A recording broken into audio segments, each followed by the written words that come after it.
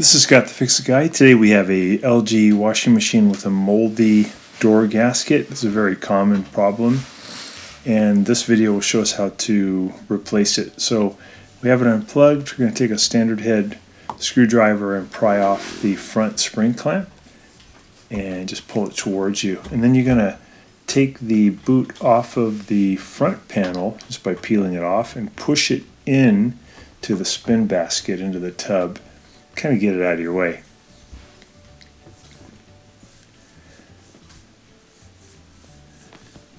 And next thing we're going to do is remove the spring clamp that's holding the back of it onto the plastic tub. You have to use a special tool. It's an LG spring tool. Kind of expensive. It costs about $50, but probably the only good tool to use for this type of machine.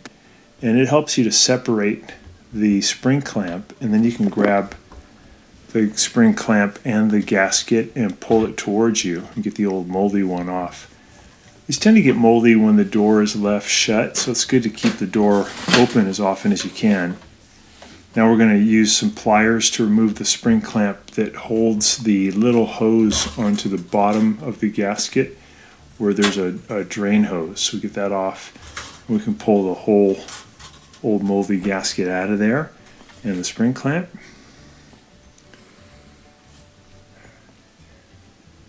And then what we'll do is put some liquid detergent on the inside rim of this little drain tube. Also, we're going to get some of this junk out of this drain tube. They tend to get full of pet fur and stuff. So we're going to clean it out, put a little liquid detergent here on this new gasket, putting it on the hole where the drain tube goes in, and we're going to put it on the inside of this rim. This is the part of the gasket that will touch the plastic tub, and you want to get this pretty well lubricated so it can go on much easier. I'm just using some liquid woolite, but any kind of a liquid laundry detergent would work great. So we're going to get that on the inside of that rim all the way around, and then once we do that, we can start putting on the rubber gasket onto the plastic tub. And we're going to start by making sure we have the top of the gasket. That's the one that doesn't have the drain hole at the bottom. We're going to take that and push it in at the 12 o'clock position on the plastic tub right at the top.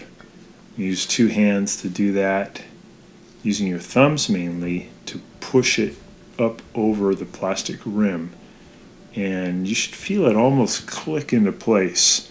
Once you feel that, you start going to your left and to your right, just about 1 inch at a time, pushing in to get that gasket over the plastic rim. And we're also pushing the gasket in so we can get it out of the way, so we have better access. I'm going to go ahead and hook up that little drain tube right now too. I took the spring clamp and put it way down onto the tube, and now I'm going to push the rubber gasket onto the plastic tube, and I'm going to use two hands, one to kind of hold the tube in position and push the tube up into the gasket as I push the gasket down. Once I feel like those are connected, I'll go ahead and grab the spring clamp with my pliers, and I'll move it up over the rubber so that it's going to press down on that plastic tube and I have a nice tight fit. This is a little tough part of this procedure, so just take your time, a little trial and error, and you'll get it. It is important to lubricate that inside part of the rubber gasket where the plastic tube's going to go into, so it makes it a little bit easier to get that into position. But do be aware that it may take a while, so just take your time. And now we've got that, we're going to go ahead and finish pushing in on the gasket so that it is fully onto the plastic rim of the tub. And once you feel like you have it, just reach around and just confirm it. Make sure you really have it clicked into place all the way around before you attempt to put on the back spring clamp, because otherwise as you put on the spring clamp it may just fall off. And this is important for a watertight seal, so just take your time, confirm that it's really on there. And now we're going to take the spring clamp and we're going to feed it in underneath that little drain tube and then around the perimeter. There's a slot for it, a little ridge in the rubber gasket where this will fit. And then we're going to be taking this spring and hooking it back on using this spring clamp tool. You can get these at Amazon or a lot of places online, but I think the cheapest I've seen them was like $45.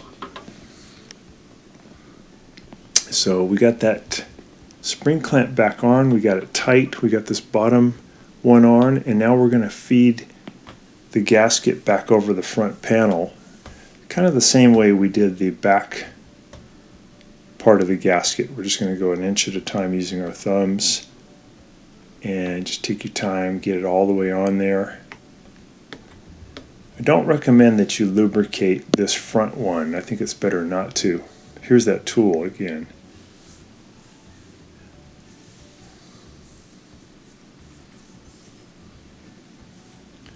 I wish there was a better price, but I've looked a lot and it seems like unless you bought a used one, it's going to be $45–50. So we're just going to get this front part of the gasket on the front panel all the way around, and then we'll lubricate the metal spring clamp, the one that goes on the front. You put the liquid detergent on that. And that makes a big difference for being able to put the front spring clamp back on.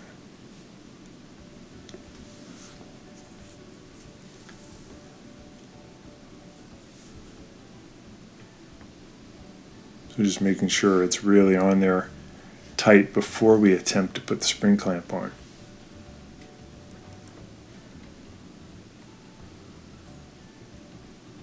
Going to use the liquid woolite again, but any kind of liquid detergent's great. Even hand soap would work.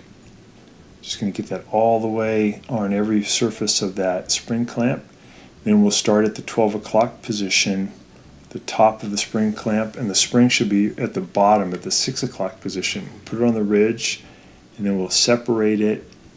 And I'm going to use a standard head screwdriver to help me pry that on, and that spring will stretch. And then once I get it over the ridge, I'll use the screwdriver to help me. That spring will lock it into position. There we go. And we're all done. We're going to just close it and test it and make sure there's no leak. But remember, it's important to keep the door open when you're not in use, and that'll help to avoid that mold growing. And that'll give you probably another 8 years of use before you'd have to replace it. So thanks so much for watching, and please subscribe to our channel when you get a chance.